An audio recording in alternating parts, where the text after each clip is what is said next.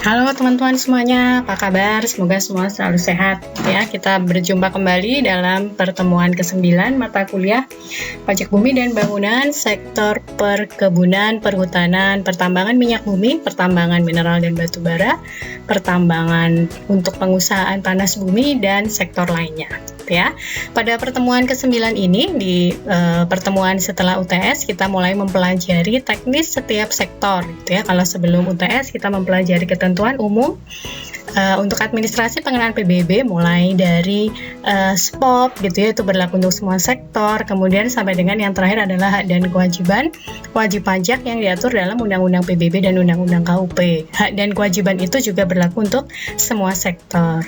Di pertemuan 9 sampai dengan pertemuan yang terakhir gitu ya, nanti sebelum UAS kita akan mempelajari masing-masing sektor gitu ya. Jadi ke penghitungan pajak bumi dan bangunan khusus untuk setiap sektor. Untuk pertemuan ke-9 ini adalah untuk sektor perkebunan. Oke. Nah, indikator capaian pembelajaran dari pertemuan ke-9 ini adalah mahasiswa mampu yang pertama mempraktikkan penetapan NJOP PBB sektor perkebunan. Ya, kenapa di sini ada NJOP khusus? Karena kita ingat ya, NJOP itu adalah dasar pengenaan pajak untuk pajak bumi dan bangunan. Kalau kita tidak bisa menentukan NJOP, maka kita nanti tidak bisa juga menghitung berapa besarnya PBB terutang. Ya, jadi penetapan PBB ini sangat penting.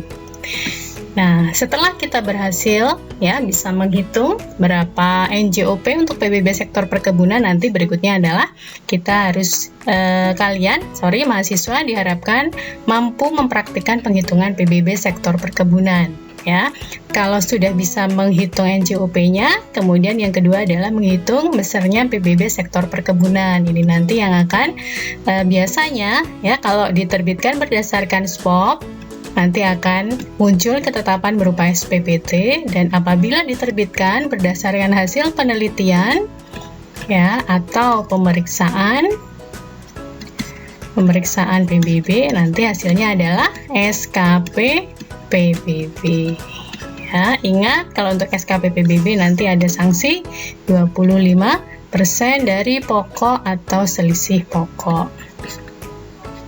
Ya, pokok atau selisih pokok. Nah, untuk indikator capaian pembelajaran ini kita hanya akan fokus di SPPT saja, tidak sampai pada SKP PBB. Ini hanya untuk mengingatkan kembali gitu ya materi yang telah Anda pelajari sebelum UTS. Oke. Nah, ini adalah hal-hal yang Anda perlu tahu dalam pengenaan pajak bumi dan bangunan. Kita sebenarnya sudah membicarakan ini pada materi mengenai pengenaan PBB ya sebelum UTS. Ya, ini berlaku untuk semua sektor. Nah, ketika kita ingin melakukan penetapan PBB, tentu saja Anda harus tahu yang pertama itu adalah siapa wajib pajaknya. Ya, wajib pajak itu adalah subjek pajak yang dikenai kewajiban membayar pajak. Kewajiban membayar PBB.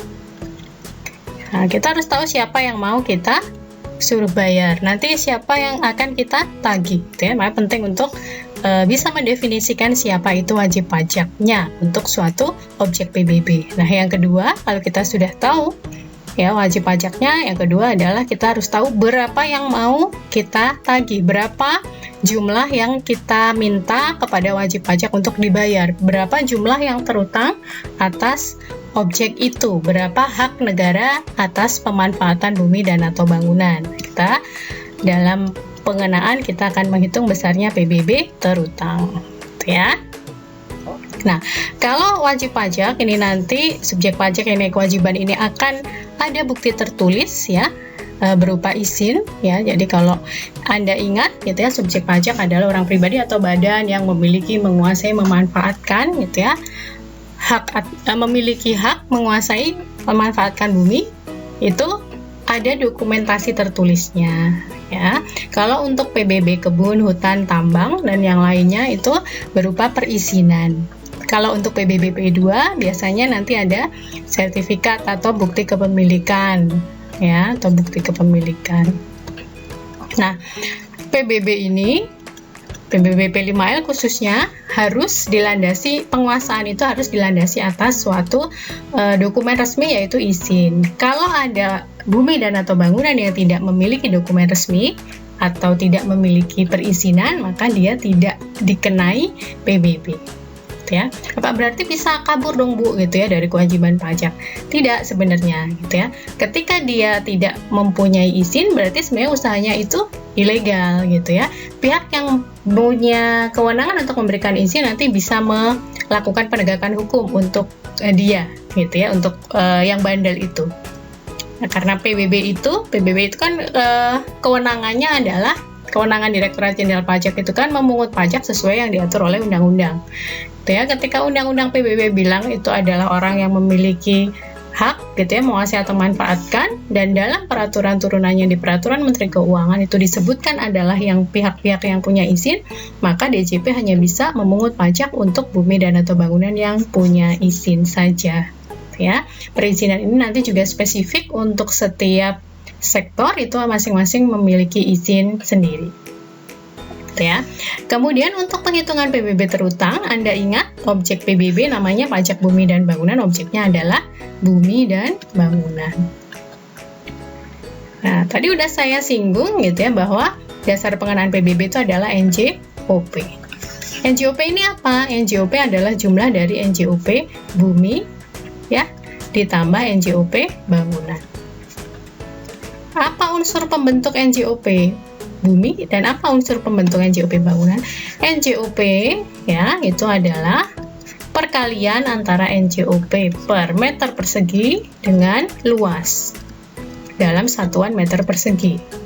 Jadi untuk bisa menghitung NJOP bumi, ya, saya di sini bumi, Anda harus tahu NJOP bumi per meter persegi dan Anda harus tahu luas bumi per meter persegi. Nah, penghitungan luas ini tidak kita bicarakan, tidak kita diskusikan secara spesifik dalam mata kuliah PBB. Ini teman-teman kalian yang di prodi di program studi diploma 3 PBB penilai itu yang jagoan gitu ya melakukan ini. Menghitung luas tuh tidak hanya dengan meteran gitu ya. Kalau Anda mikirnya itu luas adalah panjang kali lebar gitu ya, kita pakai meteran gitu, kayak ngitung rumah gitu ya. Kita ada temenmu di seujung sana, pegangin dong ini meteran gitu ya, terus kita lari-lari ngukur, oh ini panjangnya segini, luasnya segini gitu. Nah sekarang tidak seperti itu lagi gitu ya. Luasan tidak dihitung dengan meteran gitu ya, apalagi ini adalah sektor perkebunan, pertambangan, perhutanan dan lainnya. Gimana ngitungnya? Pakai meteran berapa gelondong gitu ya, karena kan luasnya bisa luar biasa ya, dan bentuknya nggak selalu persegi panjang. Kadang ada jurang, ada sungai, ada parit, gimana lewatnya gitu ya. Nah maka untuk penghitungan luas untuk sektor ini biasanya sudah menggunakan alat-alat yang menggunakan sistem informasi gitu ya. Salah satunya mungkin dia bisa malah dihitung menggunakan Google Earth ya. Nanti ada kita taruh koordinat di sini nanti dia akan mengkalkulasi luasannya. Nah teman-teman bisa banyak belajar ini dari teman-teman di program studi diploma 3 PBB penilai gitu ya. Mereka ada caranya diajarin tentang ini, menghitung luas ya. Oke, nah jadi ini nanti given ya, kalau untuk mata kuliah kita ini udah dikasih angkanya, Anda nggak perlu ngitung-ngitung luas. Nah kemudian yang kedua adalah NJOP bumi ya. Ini untuk kasusnya menghitung NJOP bumi, maka Anda harus tahu NJOP bumi per meter persegi.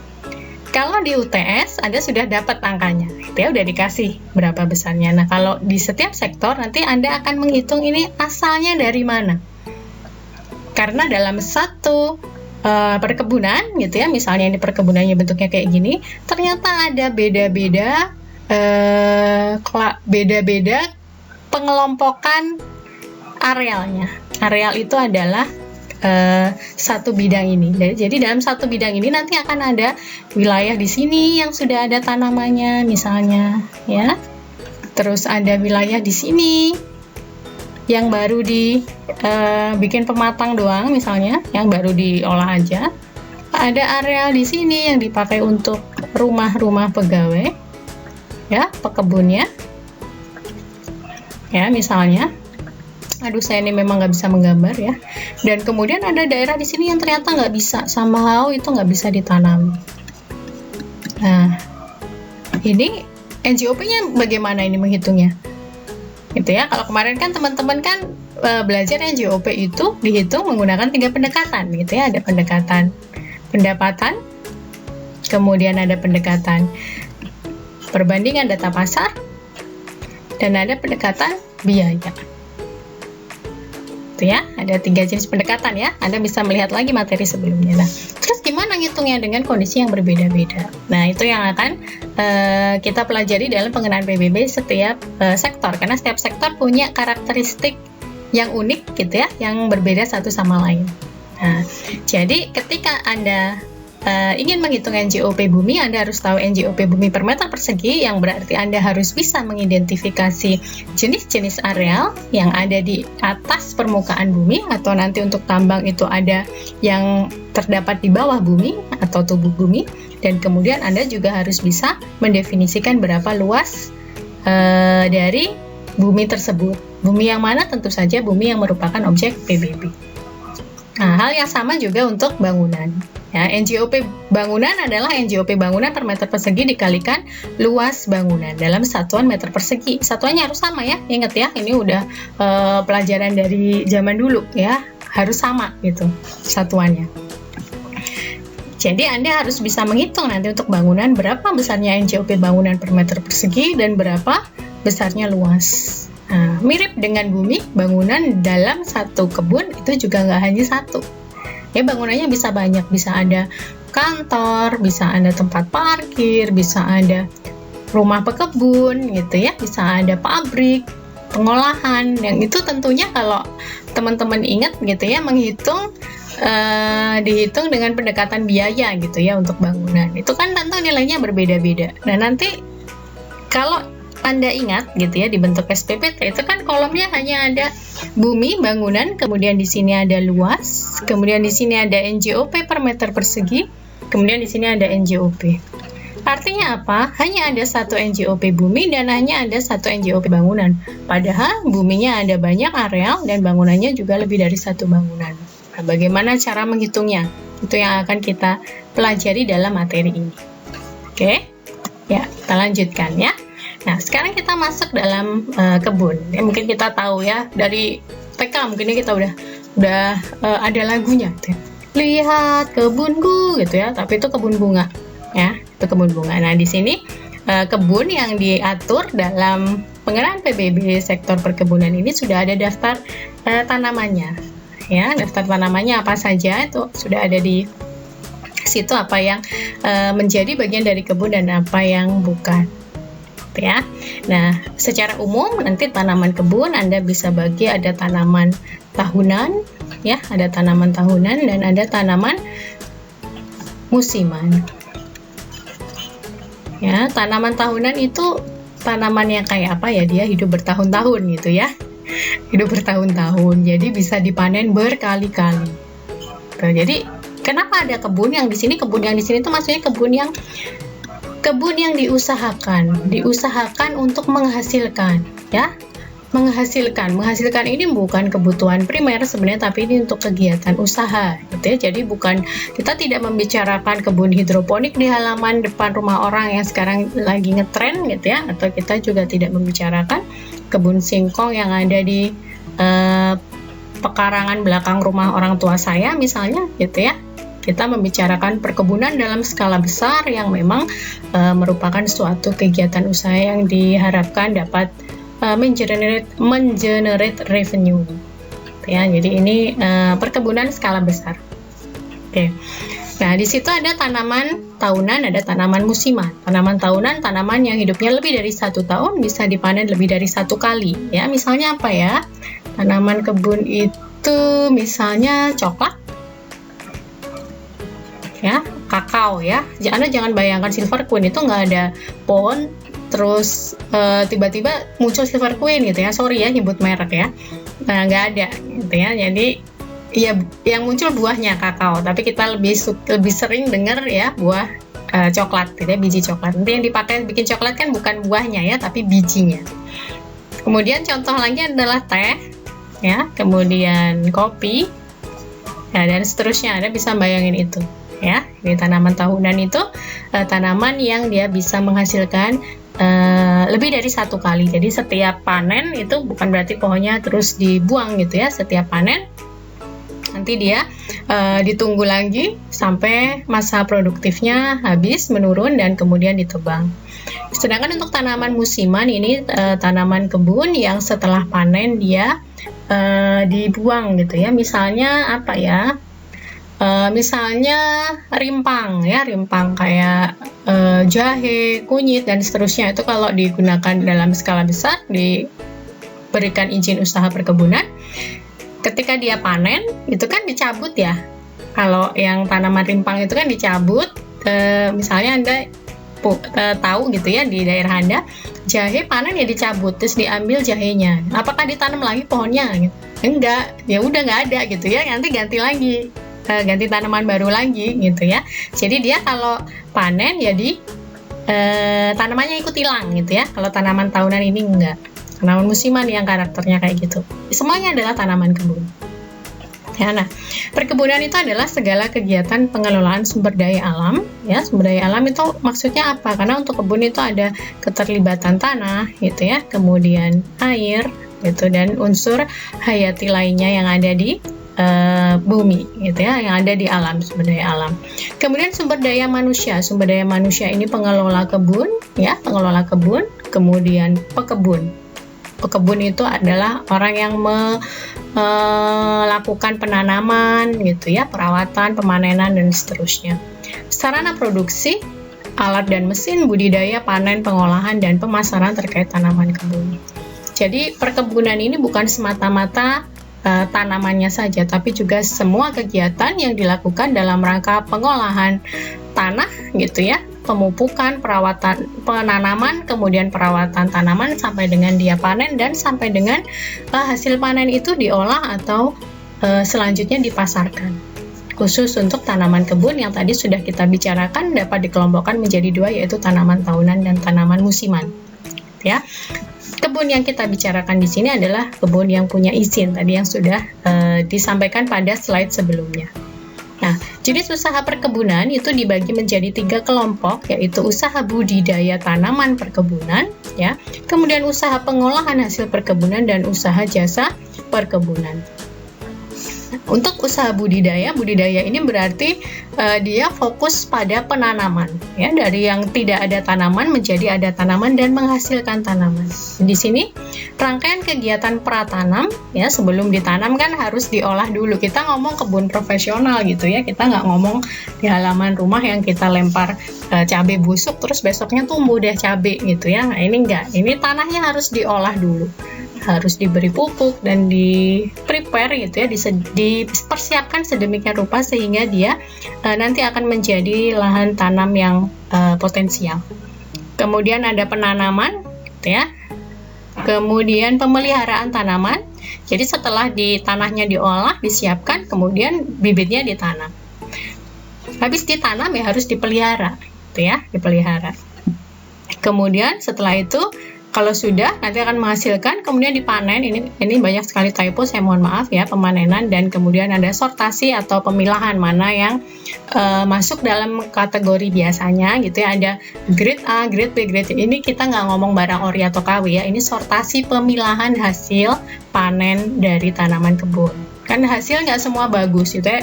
Kalau ibu saya di rumah punya tanaman mangga gitu ya, punya pohon mangga banyak. Nah, itu kan juga dalam satu pohon kan ada banyak macam gitu ya. Ada yang ukurannya gede, ada yang sedang, ada yang kecil gitu. Kemudian ada yang udah dimakan kelelawar gitu ya, ada yang mulus, ada yang dimakan ulat gitu ya. Itu namanya sortasi dalam satu pohon. Kita akan memilah-milah. Ini juga sama di situ ya. Akan dipilah-pilah hasilnya. Kemudian untuk pengolahan, itu pengolahan yang bahan baku utamanya hasil perkebunan untuk memperoleh nilai tambah. Ya, misalnya tadi kebun kakao, hasilnya apa? Yang dipanen apa? Biji kakao. Biji kakao kalau biji kakao, buah kakao ya. Dari buah kakao itu selanjutnya untuk bisa buah kakao tidak mahal. Tapi ketika dia sudah jadi produk coklat gitu, harganya akan lebih mahal. Nah, untuk mengubah dari buah kakao menjadi coklat itu tentu butuh pengolahan. Nah, itulah bidangnya usaha pengolahan hasil perkebunan. Bahan baku utamanya adalah hasil kebun, diolah untuk memperoleh nilai tambah, ya. Itu usaha pengolahan. Kemudian usaha jasa perkebunan dia mendukung usaha budidaya tanaman dan atau usaha pengolahan hasil perkebunan. Misalnya dia menyediakan jasa atau misalnya orang-orang yang dapat digunakan untuk membantu dalam proses pemanenan. Misalnya perkebunannya tidak punya sumber daya manusia yang cukup, ya, ada di situ. Terus misalnya dibutuhkan satu pemupukan khusus, misalnya harus dari atas gitu ya, pakai pesawat, kayak misalnya film apa sih itu ya, Dusty Crockhopper itu Planes ya, Planes itu kan dia adalah pesawat untuk menyebarkan pupuk ya dari atas. Nah, misalnya butuh kayak gitu. Nah, nanti perkebunan itu bisa menghubungi mereka para penyedia usaha jasa perkebunan, gitu ya. Nah, izinnya, jadi ada 3 kelompok ya, budidaya tadi penanaman, pengolahan itu adalah usaha pengolahan dari bahan baku yang sumbernya dari kebun menjadi sesuatu yang bisa memperoleh nilai tambah, dan jasa perkebunan adalah suatu usaha yang menyediakan atau mendukung usaha budidaya tanaman dan atau pengolahannya. Mereka masing-masing punya jenis izin sendiri. Yang pertama, izin usaha perkebunan budidaya, ini tentu saja untuk usaha budidaya. Ya, nah terus ada izin usaha perkebunan. Kalau izin ini disingkatnya IUPB. Izin usaha perkebunan budidaya. Nah, kemudian IUP disingkatnya IUP, izin usaha perkebunan ini adalah izin usaha budidaya terintegrasi dengan pengolahan. Jadi untuk yang di sini ini adalah IUP budidaya ditambah dengan pengolahan. Bukan IUP sebenarnya ya. Jadi di izin usaha perkebunan ini ada budidaya dan ada pengolahan. Budidaya dan pengolahan. Jadi 2, yang biru sama yang oranye ini menjadi satu kesatuan. Kemudian ada izin tetap usaha budidaya perkebunan. Ini sama dengan IUPB, namun ini perizinan generasi yang dulu. Ya, dulu namanya izin tetap usaha budidaya perkebunan. Kalau sekarang namanya izin usaha perkebunan budidaya. Jadi ini sebenarnya sama ya, hanya dikeluarkan pada era yang berbeda, jadi namanya berbeda. Kemudian yang terakhir adalah hak guna usaha perkebunan. Ini juga merupakan salah satu bentuk izin usaha di bidang perkebunan. Jadi kalau kebun itu ketika diperoleh izin ini ya, kemudian nanti dia harus dibuatkan proses hak guna usaha untuk area itu, jadi didaftarkan di BPN. Sudah punya HGU maupun belum punya HGU ya, misalnya ada satu objek yang dia punya IUPB tapi belum di HGU-kan, ini sudah jadi objek PBB atau dia sudah di HGU-kan, ini juga objek PBB, jadi keduanya objek. Nah, ketika ada satu perkebunan yang dia jenis usahanya adalah usaha pengolahan hasil perkebunan, ya, ini ada izinnya sendiri, yaitu izin usaha perkebunan pengolahan atau IUPP. Nah, untuk IUPP ini bukan objek PBB P5L. Kenapa? Karena ini pabriknya saja. Ini pabrik, ya, pabriknya saja. Jadi ini secara umum akan nanti masuk ke PBB P2. PBB P2. Nah, untuk kebun yang di P5L, dia itu karakteristiknya pasti punya tanaman, pasti ada tanamannya, ada areal yang ditanami. Nah, itu masuk di perkebunan PBB P5L, ya. Jadi perkebunan budidaya misalnya ya, itu kan ada yang dibudidayakan, yang pasti tanaman gitu ya, nggak mungkin membudidayakan ikan gitu di sini. Ya. Jadi budidayanya tanaman. Nah, kemudian tadi izin usaha perkebunan ini kan gabungan antara budidaya dan pengolahan, jadi dia juga ada unsur tanamannya di situ. ITUBP ya, izin tetap usaha budidaya perkebunan, ini juga sama dengan izin usaha perkebunan budidaya, jadi ada tanamannya, dan hak guna usaha perkebunan ini juga ada tanamannya. Ya, itu yang menjadi pembicaraan kita di PBB sektor perkebunan. Jadi kebun yang ini, bukan kebun yang lain, tapi hanya kebun yang sudah saya ceritakan tadi. Nah, apa yang jadi objek PBB di sektor perkebunan? Tadi saya udah sebutkan ya, ada bumi, ada bangunan. Yang ada di mana? Yang ada di kawasan perkebunan tentu saja. ya. Jadi objek PBB sektor perkebunan adalah bumi dan atau bangunan yang berada di kawasan perkebunan. Apa itu bumi? Ya, teman-teman sudah belajar ya, bumi itu adalah permukaan bumi berupa tanah dan atau perairan serta tubuh bumi yang ada di bawahnya. Nah, ketika kita ngomong kebun, ya ada kebun, ini kebun yang normal aja ya, teman-teman lihat.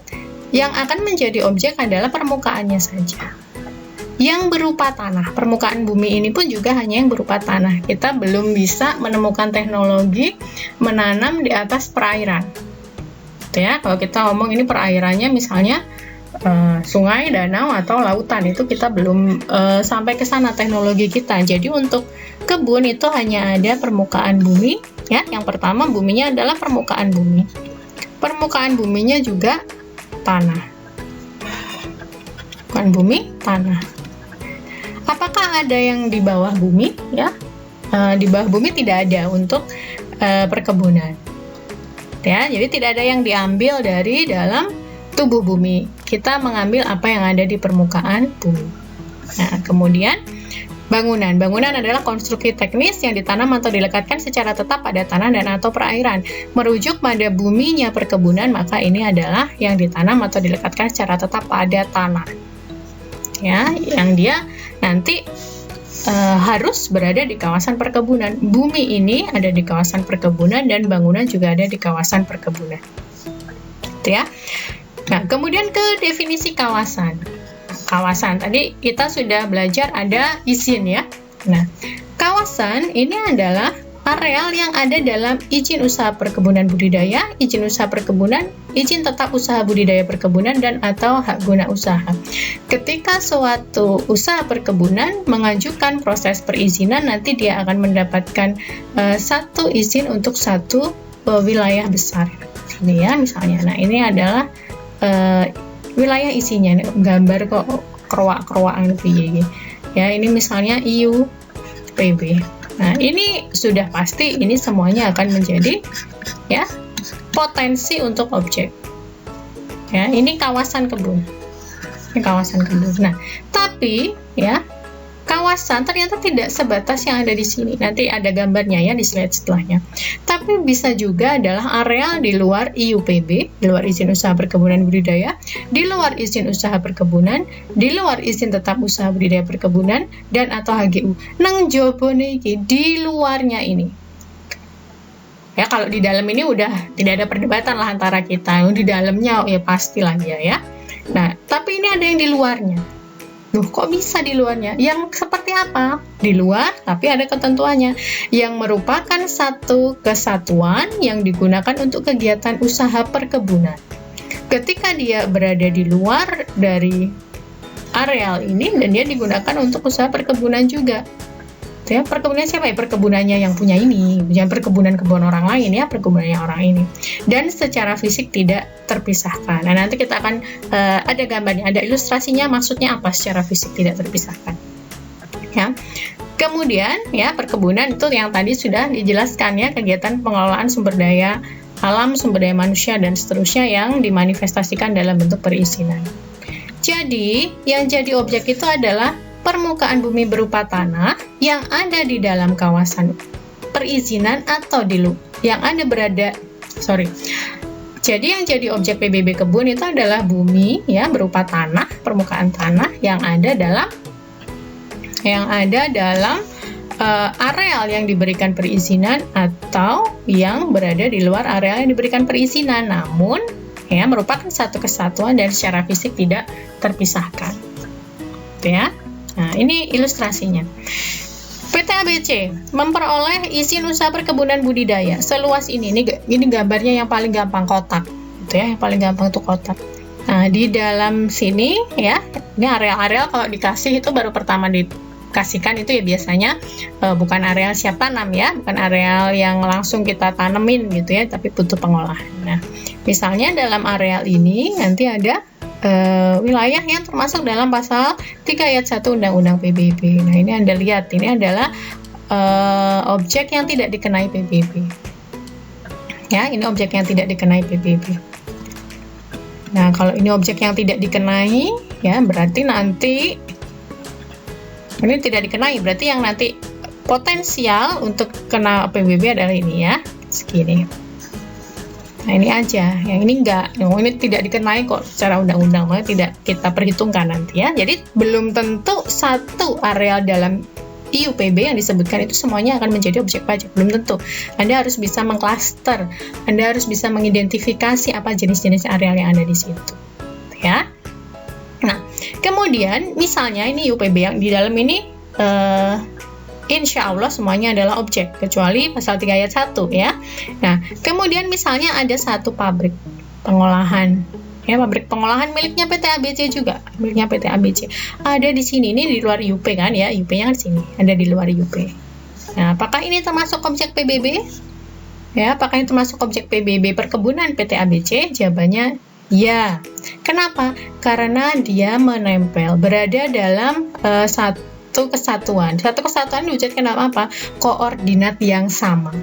Ini di sini, ini ada koordinat. Ini di sini, ini ada koordinat. Ya, ini koordinatnya sama, nempel. Ya, satu kesatuan itu diukur gitu ya. Bagaimana menentukan itu adalah satu kesatuan? Indikatornya salah satunya adalah ada koordinat yang sama, titik koordinat yang sama. Nah, di sini memenuhi ya koordinat yang sama. Dan dia dimiliki oleh PT ABC. Kalau nempel di sini, tapi ini yang memiliki adalah PT XYZ, ya kita nggak usah ngomong gitu ya. Ini perusahaan lain lagi berarti. Ya, jadi ketika pabrik pengolahan A dimiliki oleh PT ABC dan dia ada koordinatnya yang sama dengan objeknya PT ABC, ini dianggap sebagai satu kesatuan. Maka ini nanti juga akan menjadi objek. Ya, akan menjadi objek PBB. Termasuk bumi yang ada di bawahnya. Pabrik kan di bawahnya ada tanahnya gitu ya. Kan nggak mungkin pabriknya ngambang-ngambang gitu ya. Jadi pabriknya bawahnya ada tanahnya. Tanahnya juga akan menjadi objek. Oke, nah kemudian ada kondisi yang lain. Selain pengolahan A, dia juga punya pengolahan B, miliknya PT ABC juga. Tapi dia nggak menempel. Dia dipisahkan oleh parit. Ya, dia dipisahkan oleh parit. Nah, dalam kondisi seperti ini juga menjadi objek PBB. Jadi, ya, satu kesatuan itu yang pertama indikatornya adalah ada koordinat yang sama, yang menempel gitu ya mereka. Dan yang kedua adalah mereka terpisah tapi dihubungkan oleh parit, sungai, jalan atau jembatan. Dan itu jalan atau jembatannya itu yang memiliki adalah PT ABC. Ya, jadi bukan jalan pemerintah, bukan jalan, tapi jalannya yang bangun adalah PT ABC. Oke, ini juga masuk dalam definisi kawasan. Jadi nanti ini juga akan dihitung dalam pengenaan PBB, pengolahan B. Nah, kemudian ada pengolahan C. Nah, pengolahan C miliknya PT CDE. Punya izin sendiri, izin usaha perkebunan pengolahan. Ya, dia mungkin dapat suplai dari PT ABC untuk hasil kebunnya yang mengolah PTC. Karena ini adalah IUPP sendiri, ya, ini bukan objek PBB. Ya, dan juga bukan termasuk dalam kawasan PT ABC karena pengelolanya berbeda. Ya, ada pengelola yang berbeda. Punya izin sendiri, ada pengelola sendiri. Nah, kemudian misalnya ada lagi resort wisata kebun PT XYZ. Nah, ketika kondisi kayak gini, ini nempel juga kan ya koordinatnya. Ini juga bukan objek PBB PT ABC. Jadi yang dimaksud kawasan itu adalah ini ya objek ya suatu areal yang koordinatnya menempel dan satu areal yang dihubungkan gitu ya dengan areal dalam IUPB, IUP atau ITUBP dan HGU itu dihubungkan dengan sungai, parit, jalan atau jembatan. Nah, itu yang akan menjadi objek pajak di sini. Ini ilustrasinya seperti itu. Ya, jadi ada buminya dan ada bangunannya. Yang ada di mana? Yang ada dalam kawasan, yaitu wilayah yang ada dalam izin dan di luar izin, tapi memenuhi ketentuan sebagai satu kesatuan. Oke ya. Nah, itu untuk sampai dengan penjelasan untuk objeknya. Di bagian kedua nanti kita akan mulai menghitung berapa NJOP bumi, NJOP bangunan, dan nanti PBB terutama. Oke, ya, terima kasih.